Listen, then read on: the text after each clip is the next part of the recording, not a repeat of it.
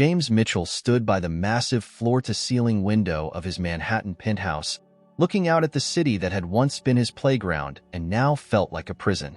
He was a man marked by success and failure in equal measure, brilliant in business, but shattered by personal loss. His mind often wandered back to the tragic night that changed everything. The night his wife Sarah and their newborn son were presumed dead in a car accident. James never fully accepted their deaths. Something about it always felt incomplete. It was 10 years ago when the news broke. Billionaire's wife and son die in fiery crash. He was on the verge of closing the biggest deal of his career when a phone call brought his world crashing down. His heart hardened that day, transforming him into a cold, distant man obsessed with control and wary of forming connections. The image of Sarah's smile still haunted him. It was the smile he saw when he closed his eyes, the last memory he clung to before her absence consumed him. The accident had left him with no closure, and his pain had turned into an emotional fortress. He kept himself busy, pouring his efforts into his business empire and a series of charitable endeavors that seemed more like an attempt to atone than acts of kindness. That evening, as the first snowflakes of the season fell, James felt an odd urge to leave his penthouse. He grabbed his overcoat and stepped outside, feeling the crisp air biting at his face. He wandered aimlessly, drawn to a nearby park. As he entered, he noticed a small figure huddled on a bench, shivering beneath thin layers of clothing. The boy couldn't have been more than 10 years old, with a gaunt face and eyes that seemed far older than his years. James's instincts, honed by a life of calculated decisions, told him to keep walking. Yet, something stopped him. "Hey, kid," James called out, his voice softer than he intended. "You okay?" The boy looked up, startled. He had deep brown eyes that were both wary and desperate. "I'm fine," he muttered, clearly anything but. "Do you have somewhere to go?" James pressed. The boy hesitated, then shook his head. "No." James felt a pang of something unfamiliar. Empathy. He couldn't just walk away. "Come on," he said firmly. "I'll get you something to eat." The boy's resistance wavered, hunger winning over pride. He stood up slowly, and James led him to a nearby diner. Inside, the warmth hit them both, and James gestured toward a booth. "Order whatever you want," he told the boy, who eyed him suspiciously before hesitantly picking up the menu. After they ordered, James finally asked, "What's your name?" "Ethan." The boy replied quietly. "Ethan? Huh? Got any family around here?"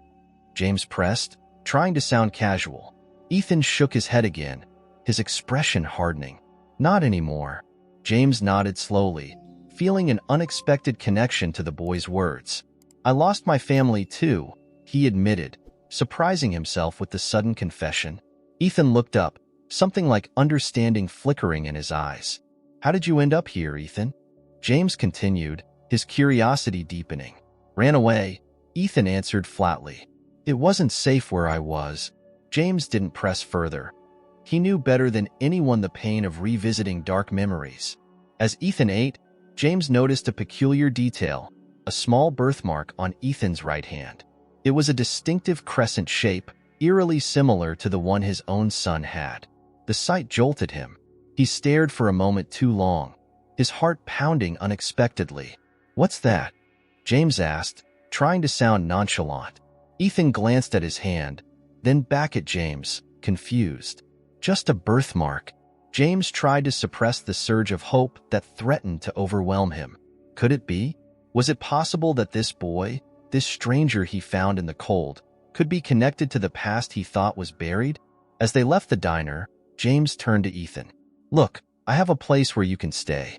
It's not permanent, but it's warm, and you'll be safe." Ethan hesitated, suspicion clouding his face. "Why would you help me?" James's answer was simple, almost rehearsed. "Because sometimes, we all need a little help. And right now you do." Ethan nodded slowly, his defenses crumbling. "Okay," he agreed, though his voice held the weight of a lifetime of disappointment. As they walked back through the snowy streets, James couldn't shake the feeling that he was on the verge of something monumental. The first spark of hope in years began to flicker in the darkness that had consumed him. But could this boy truly be his son? The question lingered, tormenting him as he glanced down at Ethan, who walked beside him with cautious steps. This was just the beginning. James guided Ethan into his penthouse, a striking blend of luxury and emptiness. The sprawling space, filled with sleek furniture and expensive art, had little warmth. As Ethan stepped inside, he hesitated, unsure if he belonged. The boy's eyes scanned the surroundings with a mix of awe and disbelief. "Make yourself at home," James said, his voice awkward but gentle. Ethan nodded slowly, still wary.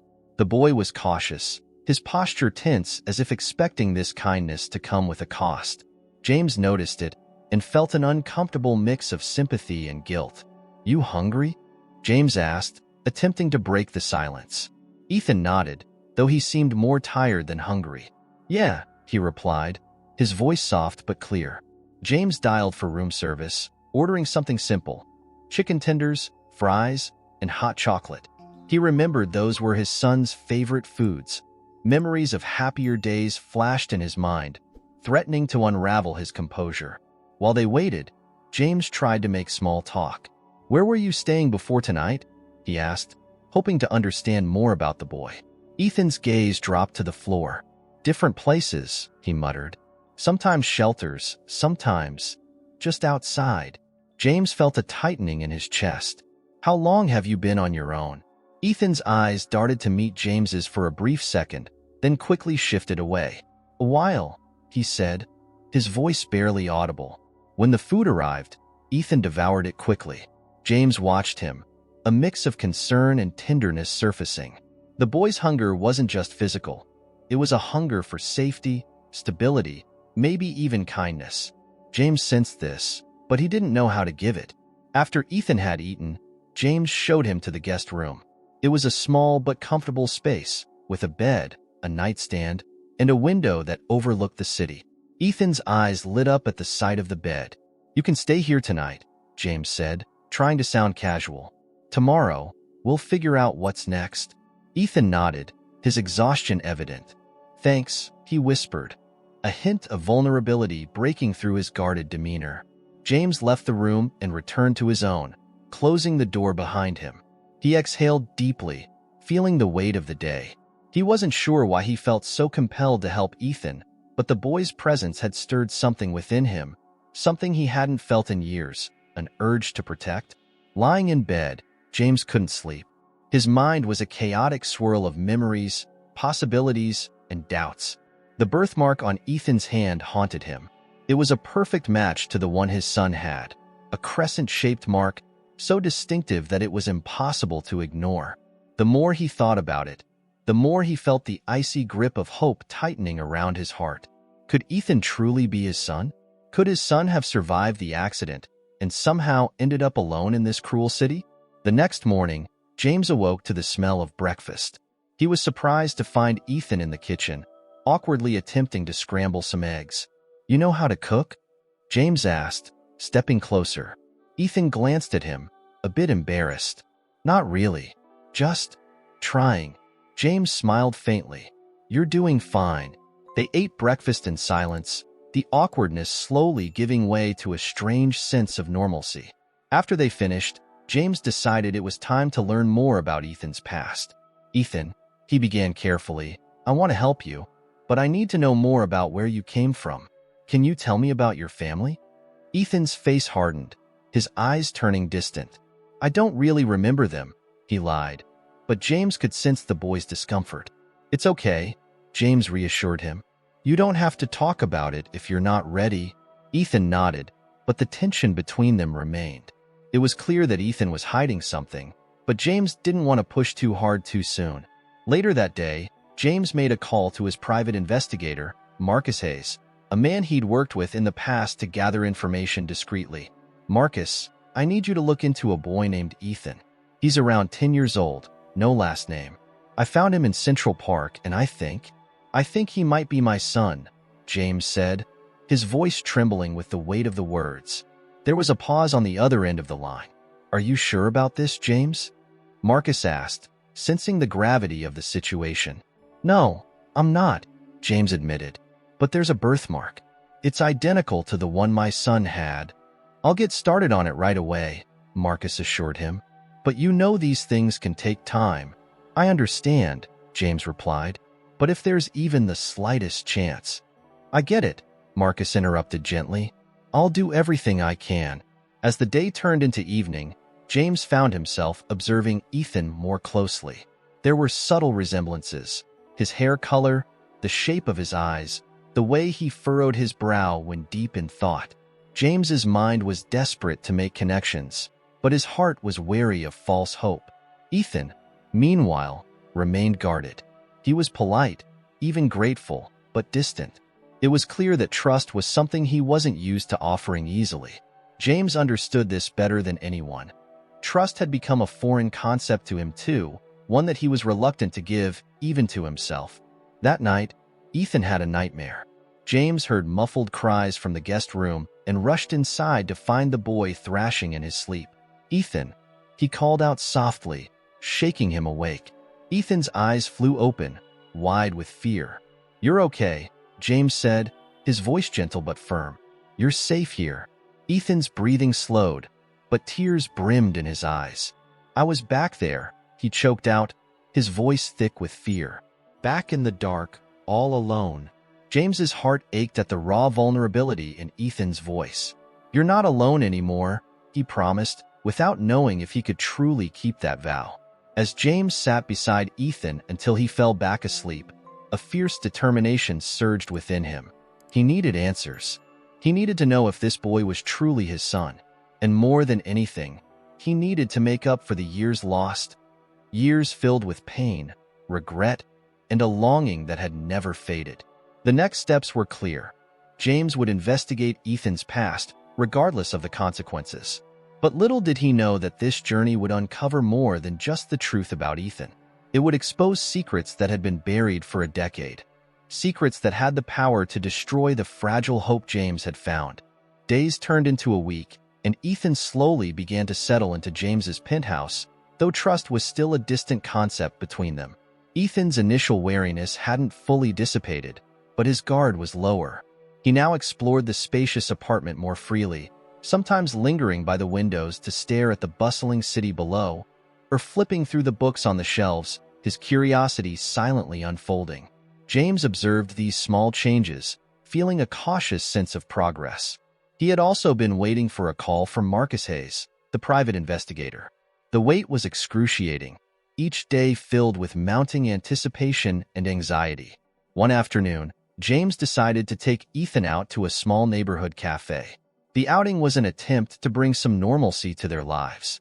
The cafe was quaint, with a warm interior and the smell of freshly brewed coffee in the air. As they sat down, Ethan seemed less guarded, even a bit excited by the change of scenery. "Do you like chocolate milk?" James asked, noticing Ethan's eyes lingering on the menu. Ethan nodded, a small smile appearing on his face. "I haven't had it in a long time. Let's fix that," James replied, waving over the waitress. While they waited for their order, James tried to steer the conversation toward Ethan's past without being too direct. "Did you ever live in a place that felt like home, Ethan?" he asked gently. Ethan hesitated, his eyes dropping to the table. "I don't really remember," he lied, but James could see a flicker of sadness in the boy's eyes, a hint that there was more behind his guarded words. James decided not to press further. Instead, he said, "It's okay. You don't have to remember everything right now." Just as the conversation was shifting to lighter topics, James's phone buzzed. It was Marcus. The moment James had been waiting for and dreading had arrived. "Ethan, I need to take this call." "I'll be right back," James said, stepping outside to answer. "James, I've got something." Marcus's voice came through, sounding cautious. "What did you find?" James's tone was a mix of urgency and fear. "There are records of a child matching Ethan's age and description reported missing from foster care about 8 years ago," Marcus began. "The case was never solved, and the boy's birthmark matches what you described." James felt his heart race. "Does that mean he could be my son?" he asked, his voice breaking slightly. Marcus hesitated. "It's possible, James. But there's more. The foster home he was placed in was known for neglect, even abuse. Ethan likely ran away from there, which would explain how he ended up on the streets." James's anger flared at the thought of Ethan suffering like that. "I want confirmation," he demanded. "DNA testing. Whatever it takes." "I can arrange that," Marcus assured him. "But it'll take time." James thanked him and returned to the cafe, trying to mask the mix of hope and dread on his face. Ethan looked up at him, curiosity flickering in his eyes. "Everything okay?" the boy asked, his voice cautious. "Yeah," James replied, forcing a smile. "Just some business stuff." They finished their drinks, and for the first time, James allowed himself a sliver of hope that Ethan could indeed be his son. That evening, back at the penthouse, James decided to have a more direct conversation with Ethan. As they sat on the living room sofa, he cleared his throat. "Ethan, there's something important I need to ask you," he began, his voice steady but filled with emotion. Ethan looked up, his expression wary. "What is it?" James paused, trying to choose his words carefully. "Do you remember anything about your parents? Anything at all?" Ethan's face tightened, and his eyes became distant again. "No," he said flatly, the lie obvious. James pressed gently. "It's okay if you don't want to talk about it, but I'm here if you ever do." Ethan nodded, his gaze fixed on the floor. I try not to think about it," he confessed, his voice barely audible.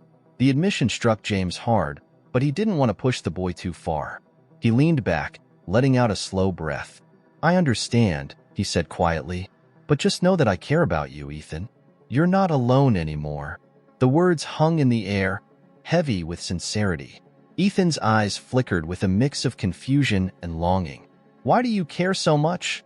he asked suddenly, his voice tinged with both hope and skepticism. James swallowed hard, struggling to keep his composure.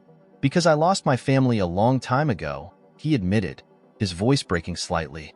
"And I don't want to lose someone I care about again." Ethan seemed taken aback by the vulnerability in James's words. "I never had anyone who cared like that," he murmured, his voice thick with emotion. James's chest tightened.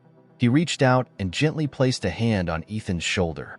"Well, you do now," he said softly. That night, as Ethan slept, James sat by the window, staring out at the city. His mind raced with thoughts of the potential DNA test and what it might reveal.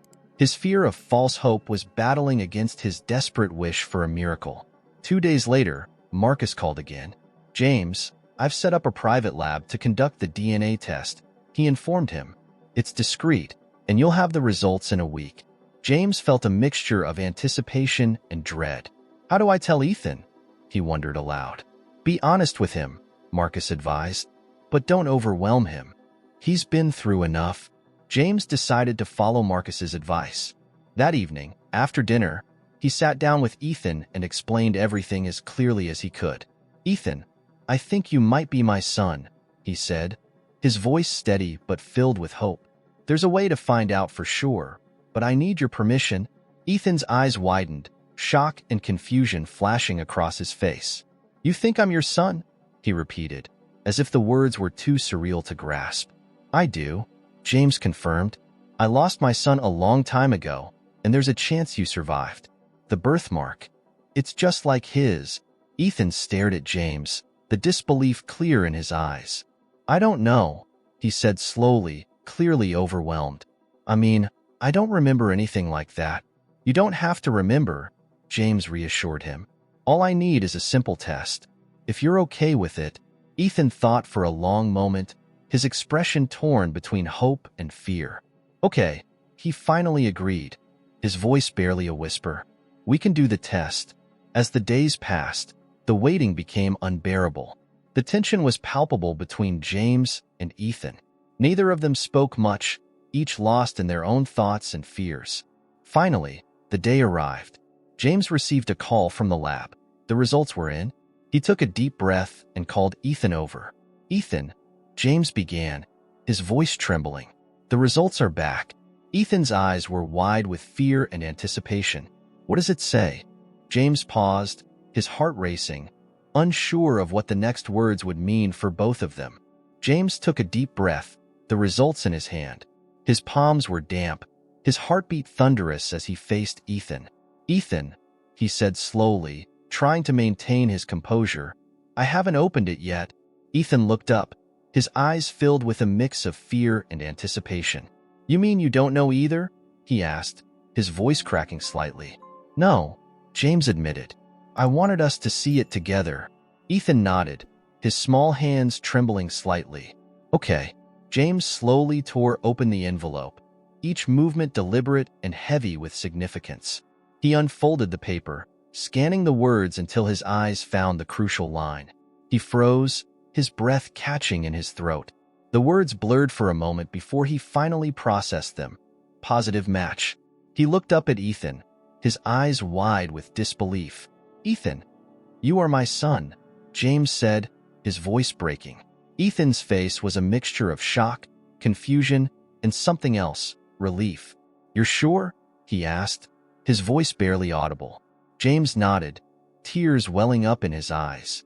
Yes, I'm sure, he whispered, his voice thick with emotion. Ethan seemed paralyzed by the revelation, his mind struggling to process it. So, you're really my dad? He asked, as if saying the words would make it more real. James moved closer, his hand resting gently on Ethan's shoulder. Yes, I am, he said firmly. I never stopped looking for you. Ethan's expression wavered, and then, without warning, he stepped forward and wrapped his arms around James in a tentative embrace. It was awkward at first, but then Ethan's grip tightened, as if he were afraid that James might vanish if he let go. James held Ethan close, feeling a surge of emotion that was almost unbearable. It was a mix of overwhelming joy and crushing guilt. I'm so sorry, James whispered into Ethan's hair. I'm sorry you had to go through all of this alone. Ethan's voice was muffled against James's chest. I thought I didn't have anyone, he admitted, his voice breaking. But I always hoped that maybe... James pulled back slightly, his hands on Ethan's shoulders. You're not alone anymore, he promised. I'm here now, and I won't let you go. The next few days were filled with a mix of joy and awkward adjustments. James was determined to give Ethan everything he had missed: a real home, stability, and most importantly, a father's love. But the reality of their new situation was complex. They were two strangers who suddenly found themselves bound by the most profound connection, yet they barely knew each other. Ethan's trust was still fragile, built on shaky ground.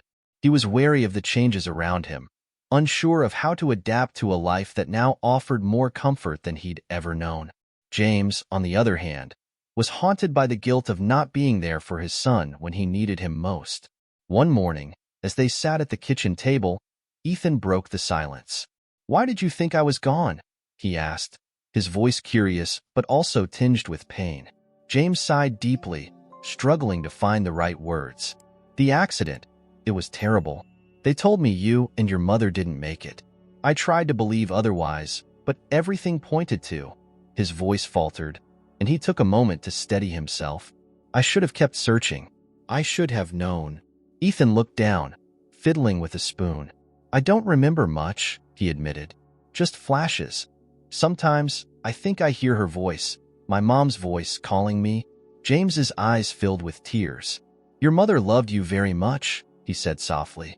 She was strong, and she would have done anything to protect you.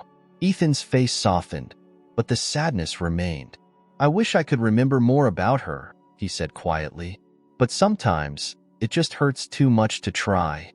James reached across the table, placing his hand over Ethan's. We'll remember her together, he promised. And we'll make new memories, too. Ethan nodded, his expression hopeful but still cautious. The bond was there, but it was fragile, like a delicate thread that could easily break under pressure.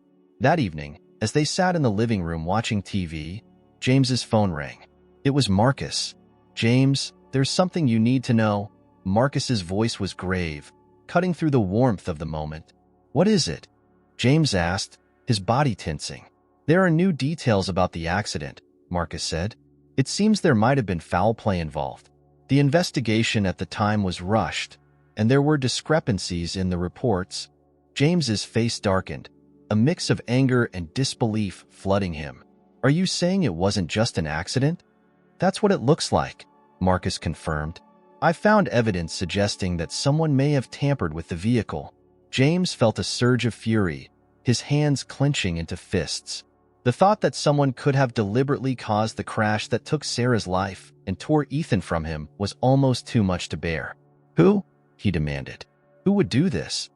"I'm still digging," Marcus replied, "but I have a lead.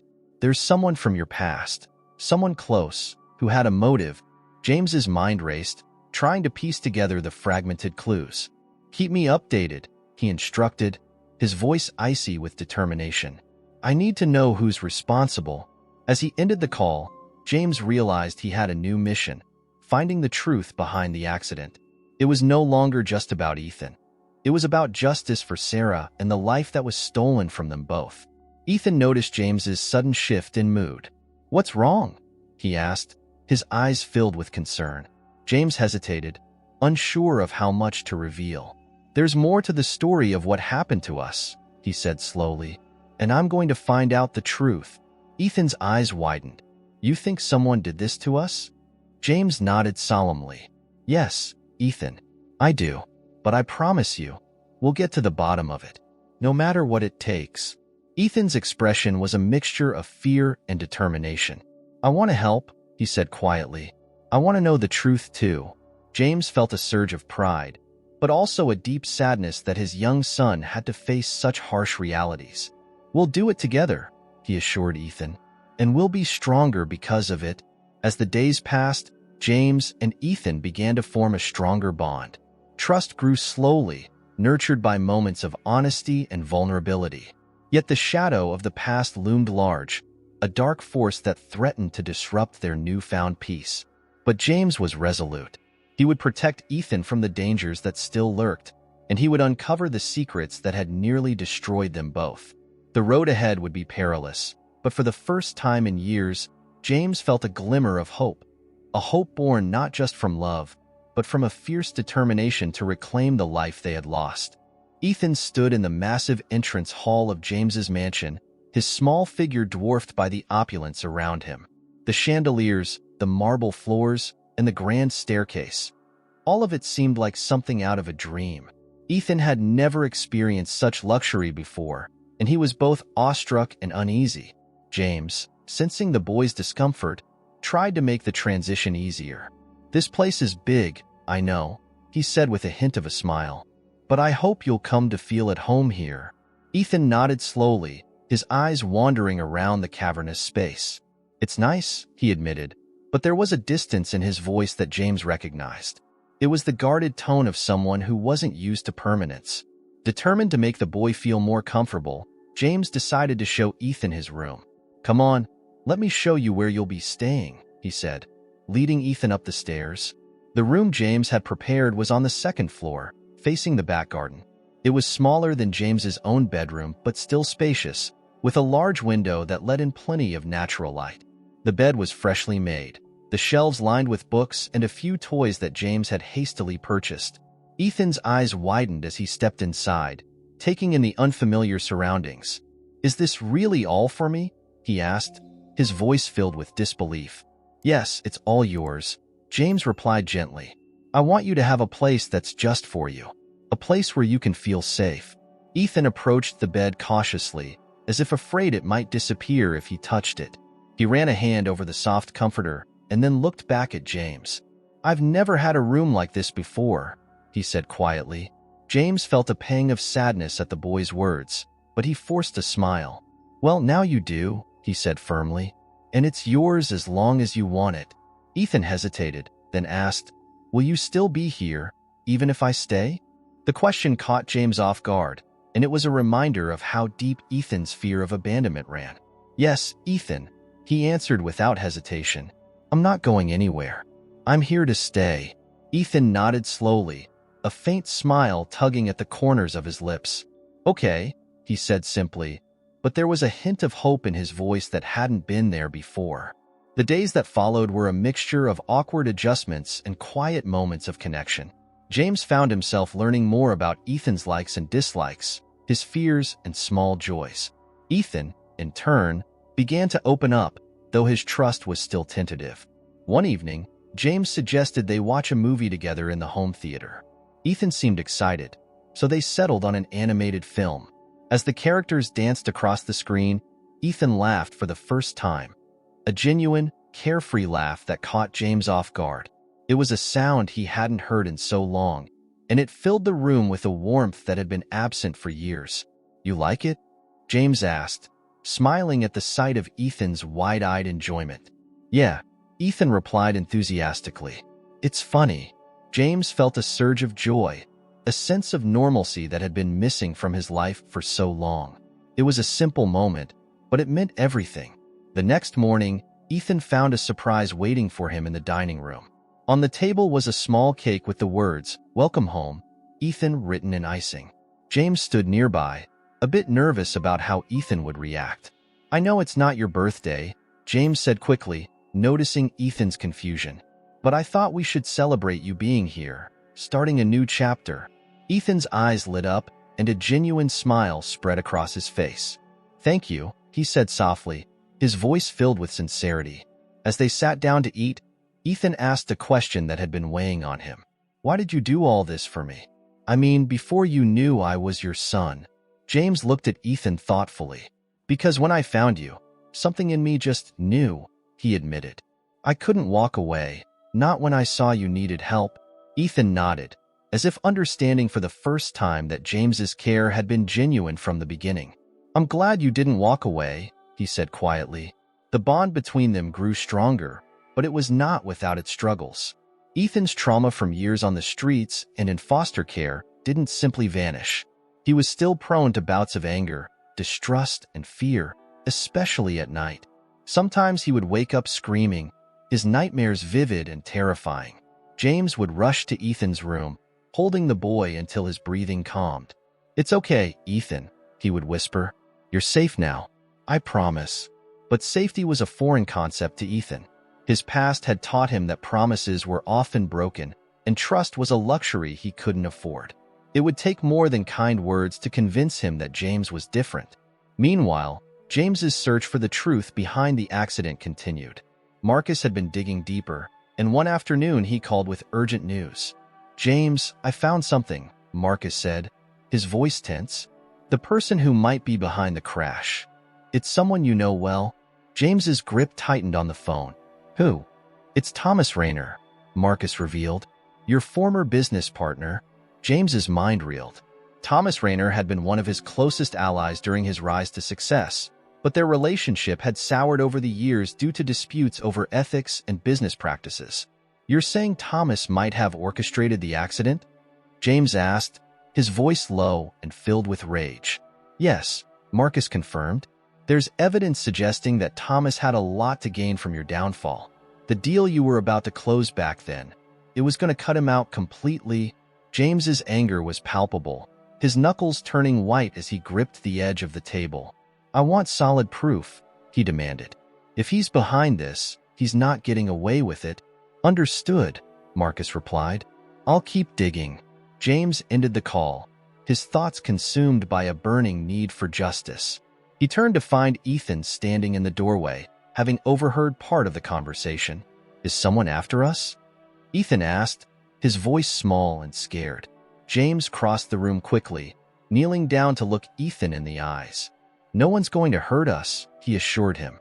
"I won't let that happen." Ethan seemed reassured, but the fear lingered in his eyes. "I'm scared," he admitted. James pulled him into a tight hug. "I know," he whispered, "but you don't have to be scared alone anymore. We're in this together." As they held on to each other, James realized just how much he needed to protect Ethan, not just from the shadows of the past, but from the darkness that still loomed over them. The fight for justice was far from over, but he was ready to face it, for both their sakes. James awoke early, the mansion still cloaked in darkness. The weight of the new revelation about Thomas Rayner pressed heavily on his mind. He sat on the edge of his bed, staring into the dim light filtering through the curtains. Anger burned deep inside him. The man he once trusted had possibly orchestrated the crash that had shattered his life and torn his family apart. Downstairs, Ethan was already awake. The boy had developed a habit of rising early, as if the years spent surviving on the streets had ingrained a sense of vigilance in him. He sat at the kitchen table, quietly munching on toast, his eyes still heavy with sleep. "Morning," James greeted, trying to sound cheerful despite the turmoil within him. "Morning," Ethan replied, his voice soft but clear. He looked up at James, studying his face. "You look tired." James forced a smile. "Just a lot on my mind, that's all." Ethan nodded, his expression serious. "Is it about the accident? About that man you talked about yesterday?" James paused, unsure of how much to reveal.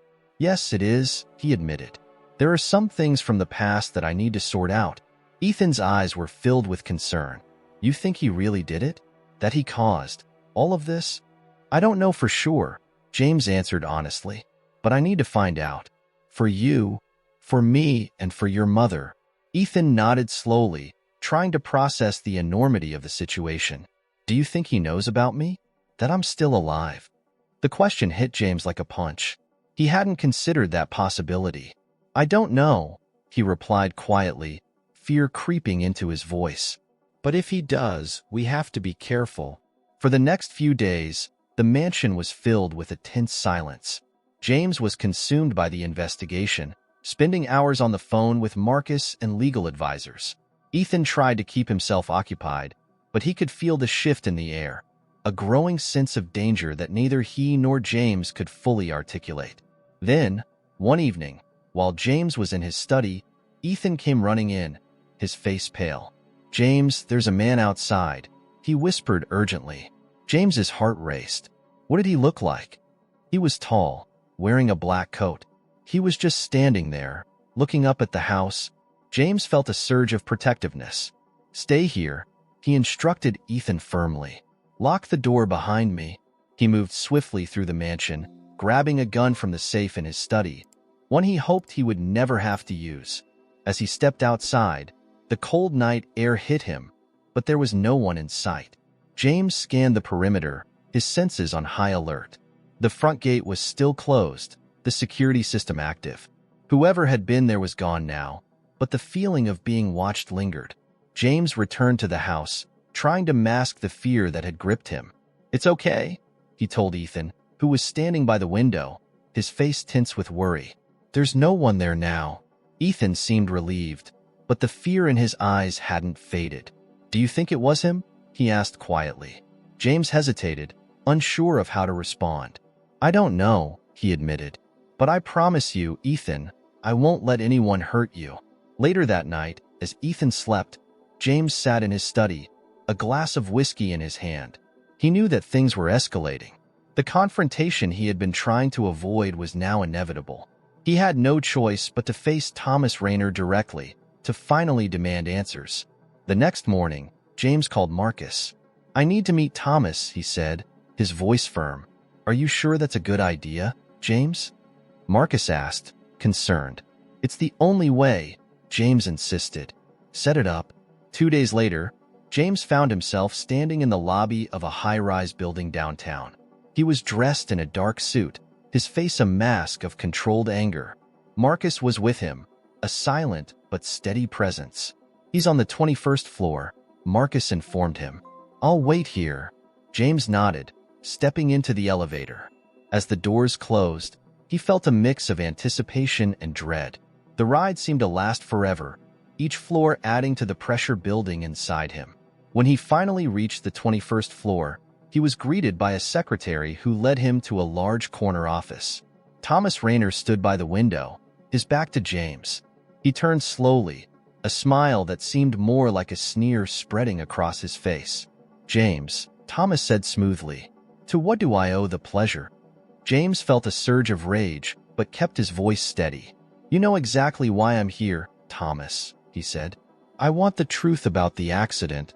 Thomas's expression didn't change, but there was a flicker of something in his eyes, perhaps amusement or maybe a hint of menace. "You're still chasing ghosts, James?" he taunted. "After all these years?" "This isn't about ghosts," James shot back. "It's about my son. I know you had something to do with what happened that night." Thomas's smile faded, replaced by a cold, calculating look. "You have no proof," he said quietly. James stepped closer, his voice low but filled with barely controlled fury. "But I will find proof. And when I do, you'll pay for what you've done." Thomas leaned back against his desk, crossing his arms. "You think you can scare me, James?" he asked mockingly. "I built this empire with you. I know exactly how far you're willing to go." "This isn't about business," James replied. "This is about my family. And you should know by now, there's nothing I won't do to protect them." Thomas's expression remained unreadable, but there was a hint of challenge in his voice as he spoke. "Be careful, James. You're stepping into dangerous territory. You might not like what you find." James felt a surge of adrenaline, his body tense with anger. "I'm not afraid of you, Thomas," he said coldly. "I'm not the man I was before."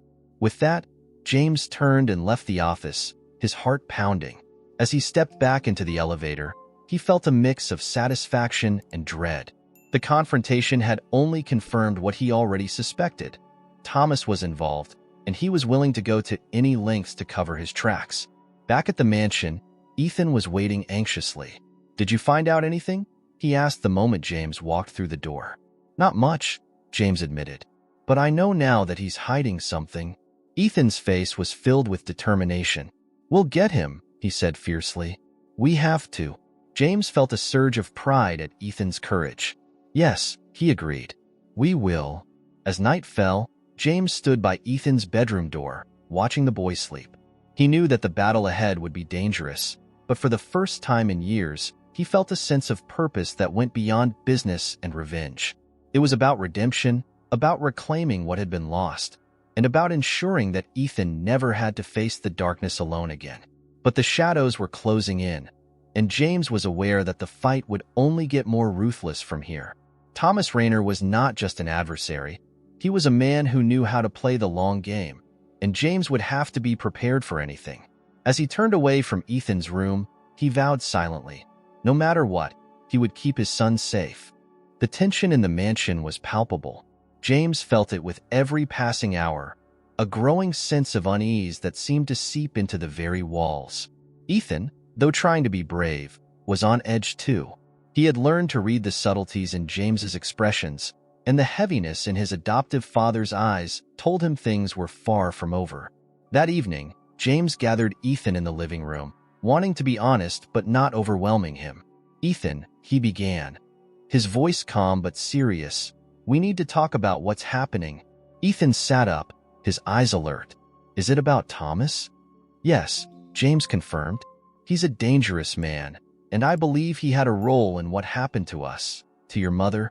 Ethan's face tensed, a mixture of anger and fear. "But why would he do that?" "It's complicated," James explained. "He stood to gain a lot. Money, power. If I was out of the picture. But there are details I still don't understand, and that's what makes it so dangerous." Ethan seemed to take this in, his brow furrowed in thought. "So what do we do now?" James hesitated, his instincts torn between protecting Ethan and being transparent. "We have to be careful," he said slowly. "I've taken extra security measures around the house, and Marcus is watching Thomas's moves closely." Ethan's eyes narrowed with determination. "I want to help," he said. "I know I'm just a kid, but I don't want to be left out. Not anymore." James's heart ached at Ethan's plea. He knew that Ethan was trying to reclaim some control over his life, but he was also aware of the dangers involved. "I understand," he said gently, "but your safety comes first, always." Ethan nodded reluctantly, sensing the finality in James's tone. "Okay," he agreed, though his disappointment was evident. That night, Ethan struggled to sleep. His dreams were filled with fragmented images, a dark road, flashes of fire, and a woman's voice calling his name. He awoke with a start, his chest tight and tears in his eyes. He looked around the room, momentarily disoriented by its size and comfort. Deciding he needed some air, Ethan crept downstairs, careful not to make any noise. He opened the door to the back garden and stepped outside, breathing in the cool night air. The garden was vast, with carefully manicured hedges and a small fountain in the center. It was a stark contrast to the alleys and abandoned buildings he had once called home. As he sat by the fountain, Ethan tried to make sense of everything. He thought about the accident, about Thomas, and about the years he had spent alone. But now he had James, a father he never thought he'd have. The thought brought both comfort and fear. He didn't want to lose this new life he had found. Unbeknownst to Ethan, James had heard him slip out and followed quietly. He stood a few steps away, watching Ethan's small figure silhouetted against the fountain. "You okay, kiddo?" James asked softly, breaking the silence. Ethan jumped slightly, then turned around. "Yeah, just thinking," he admitted. James approached, sitting beside him on the cold stone edge of the fountain. "I know it's a lot to take in," he said gently. Ethan nodded, his gaze fixed on the rippling water. "I just want it to be over," he confessed. "I want things to be normal." James's chest tightened. "Me too," he said, "but normal might take some time. The important thing is that we're in this together." Ethan looked up at James, his eyes filled with sincerity. "You won't leave, right? No matter what." James reached out and pulled Ethan into a side hug. "I'm not going anywhere," he promised. "Not now, not ever." The following day brought an unexpected turn. Marcus called James with an urgent update. "James, we have a problem." Marcus's voice was tense. "Thomas knows about Ethan." James's blood ran cold. "How? How does he know?" "I'm not sure yet," Marcus replied, "but I intercepted some communication suggesting that Thomas is planning to make a move soon." James felt a surge of panic. "What kind of move?"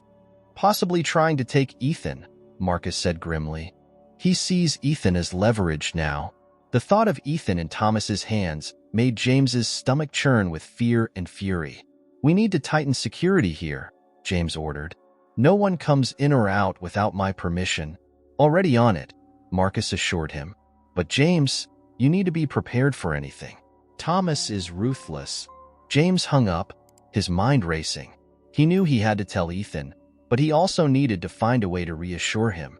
He found the boy in the living room, reading one of the books James had bought for him. "Ethan," James began, his voice steady but urgent. "We need to be extra careful right now. Thomas knows about you." Ethan's eyes widened, fear flashing across his face. "Does that mean he'll try to hurt us?" James kneeled down in front of Ethan, looking him directly in the eyes. "I won't let him get to you," he vowed. "I promise you that." Ethan nodded, trying to be brave. "What if he tries to take me?" he asked, his voice small. James felt a lump in his throat. "He won't," he said firmly. "I've increased security, and Marcus is watching everything. We'll stay safe."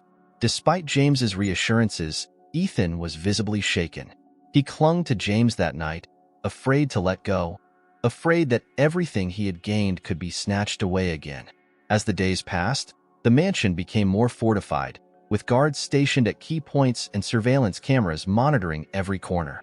Ethan adjusted to the heightened security, but the constant tension was hard to ignore. One evening, as they were having dinner, Ethan put down his fork and looked at James with a determined expression. "I don't want to be scared anymore," he declared. James felt a surge of pride at Ethan's courage. "You don't have to be," he said. "We'll face this together." But deep down, James knew that the confrontation with Thomas was looming closer. It was no longer just about uncovering the truth. It was about survival. He had underestimated Thomas's ruthlessness once, but he wouldn't make that mistake again. One stormy night, as rain lashed against the windows, James received an anonymous message. "Meet me at the old pier. Midnight. Come alone if you want to keep Ethan safe." James's heart raced as he read the message. It was clear. Thomas was ready to play his hand. This was it, the moment James had both dreaded and anticipated. He knew it was a trap, but he had no choice. If Thomas was threatening Ethan, James would walk into the lion's den to protect his son. He prepared quickly, slipping a gun into his coat pocket and leaving a note on Ethan's bedside table. "I'll be back soon. Stay safe and trust Marcus." As he drove through the rain-soaked streets, James's mind was laser-focused. He knew the risks, but he also knew that this was the only way to end it. As the pier came into view, shrouded in darkness and fog, James felt a sense of grim determination settle over him. The showdown was about to begin, and there was no turning back. James parked his car a distance away from the pier, its rusty silhouette barely visible through the thick fog. The rain hadn't let up, pouring relentlessly, creating a chorus of water splashing against metal. He pulled up the collar of his coat, feeling the cold seep into his bones. His senses were on high alert, the weight of his gun heavy in the pocket of his jacket. As he approached the pier, a figure emerged from the shadows. It was Thomas Rayner, standing confidently in the dim glow of a nearby streetlight, his face partially obscured by the rain. He looked older than James remembered, but there was a familiar air of arrogance in the way he held himself. "You came," Thomas said, his voice carrying easily through the sound of the rain. "I'm here," James replied, his tone cold. "But if you think I'll let you hurt Ethan, you're wrong." Thomas chuckled, a sinister sound that cut through the air. "James, always the noble protector. You're so predictable. What do you want?" James demanded, his fists clenching. Thomas's expression shifted, becoming serious. "I want what I've always wanted: power, control. But you see, Ethan complicates things. He's a loose end, and I can't have that." James felt a surge of fury. "He's a child, Thomas. My son. You've already taken everything from him. His mother, his safety. I won't let you take more." Thomas's eyes glinted with a mix of malice and amusement. "Oh, James, you still don't see the bigger picture, do you? Ethan's existence threatens everything I've built. If people find out he's alive, they'll start asking questions. Questions that could destroy me." "Maybe they should," James retorted, stepping closer. "You deserve to be exposed for what you've done." Thomas's face hardened, his voice low and menacing. "And what will that solve, James? You think you can take me down and keep Ethan safe? You think there won't be more like me? More threats to your precious little reunion?" "I don't care," James shot back. "I'll fight every single one of them if I have to." A brief silence fell between them, broken only by the rain's relentless drumming. Thomas's expression shifted slightly, a hint of desperation flickering in his eyes. "You know, James," he said quietly, "it didn't have to be like this. We were partners once, allies. I even considered you a friend." James's jaw tightened. "That ended the moment you chose greed over everything else." Thomas shook his head slowly, almost as if pitying James. "You've always been too idealistic, too emotional. That's why you'll never truly win." James felt his patience snap. "This isn't about winning, Thomas. It's about justice." Thomas seemed to consider this for a moment, then he reached into his coat pocket. James tensed, his hand instinctively moving toward his gun. But instead of drawing a weapon, Thomas pulled out a phone. "I have something you might want to hear," Thomas said, pressing a button. A voice filled the air, crackling slightly through the rain. It was Ethan's voice, recorded earlier. "James, if you can hear this, I'm okay. Please, don't let him hurt you." James's heart twisted painfully. "Where is he?" he demanded, his voice breaking. "Where's Ethan?" Thomas's smile widened, cruel and mocking.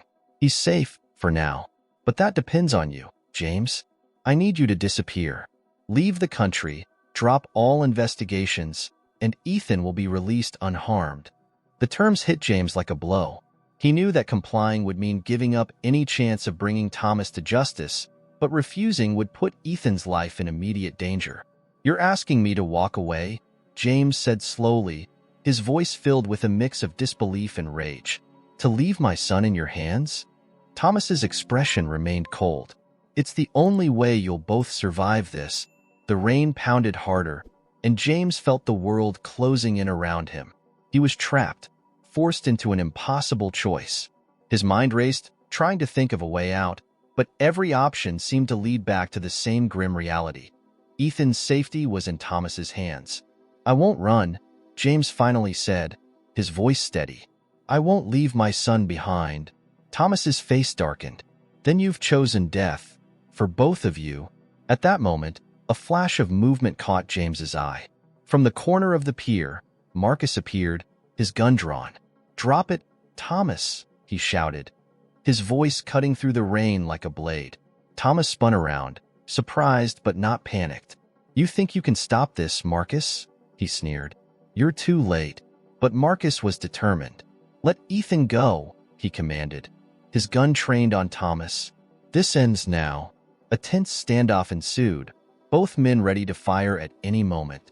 James watched, his heart pounding. knowing that one wrong move could be disastrous. "You've always been a fool, Marcus," Thomas said with a bitter laugh. "You think you can protect him? You think you can protect any of them?" Before anyone could react, Thomas reached into his coat again, this time pulling out a small device. "One push of this button," he warned, "and Ethan's life is over." James's blood ran cold. "Don't do it, Thomas," he pleaded, desperation seeping into his voice. "You don't have to do this." Thomas's eyes were filled with hatred. A man who had lost everything and was determined to take down anyone who stood in his way. "You made your choice, James," he said slowly. "Now live with the consequences." But before Thomas could press the button, a shot rang out. Marcus had fired, his aim true. Thomas staggered back, clutching his shoulder, the device slipping from his hand and falling into the water below. The impact sent ripples across the dark surface, the rain swallowing it whole. James rushed forward, grabbing Thomas before he could collapse completely. "Where is Ethan?" he demanded, shaking him. "Tell me." Thomas winced in pain, blood seeping through his fingers. He's in a warehouse near the docks," he gasped. "You'll never get there in time." But James was already moving, adrenaline fueling his steps. "Call it in, Marcus," he shouted over his shoulder. "We need backup at the docks." As he ran toward his car, a mixture of fear and determination filled his chest. Ethan's life was hanging by a thread, but James knew he had to be the one to save him. There was no room for doubt, no time for hesitation. The drive to the warehouse was a blur of rain, sirens, and flashing lights. When James arrived, the scene was chaotic. Police cars, flashing blue and red, surrounding the old building. He pushed through the officers, his heart racing with a singular focus. Inside, he found Ethan, tied to a chair but unharmed. The moment their eyes met, Ethan's face crumpled with relief. "James!" he cried out, his voice choked with tears. James rushed forward, cutting the ropes that bound him. "It's okay, Ethan," he said, his voice filled with emotion. "You're safe now. You're safe." Ethan clung to James, his small frame trembling. "I was so scared," he admitted, his voice muffled against James's chest. "I know," James whispered, holding Ethan tightly. "But it's over. It's finally over." As they stepped outside, the rain had begun to let up, the first light of dawn breaking through the clouds. James looked down at Ethan, his face filled with a mixture of love and exhaustion. "We're going home," he said softly, and for the first time, it felt like they really could. In the days that followed the rescue at the warehouse, life took on a new rhythm for James and Ethan. The mansion, once filled with tension and uncertainty, now felt calmer, as if the very air had lightened. The extra security measures remained in place, but the constant fear had dissipated. The ordeal with Thomas Rayner was finally over. He was in custody, facing multiple charges, and the full truth of his involvement in the accident was slowly coming to light. Ethan had returned to school, though it wasn't the same one he had attended before he disappeared all those years ago. James had enrolled him in a new, more private institution to protect him from lingering media attention. The school was aware of Ethan's past, but only the essential details were shared, and the staff had been supportive and understanding. One sunny afternoon, as James sat in his study, he received a call from Marcus. "James, I have some news," Marcus began, his tone measured.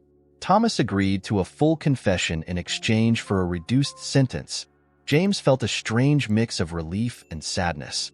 He knew that Thomas's confession would provide the closure he and Ethan desperately needed, but it also confirmed the depth of the betrayal by a man he had once considered a friend.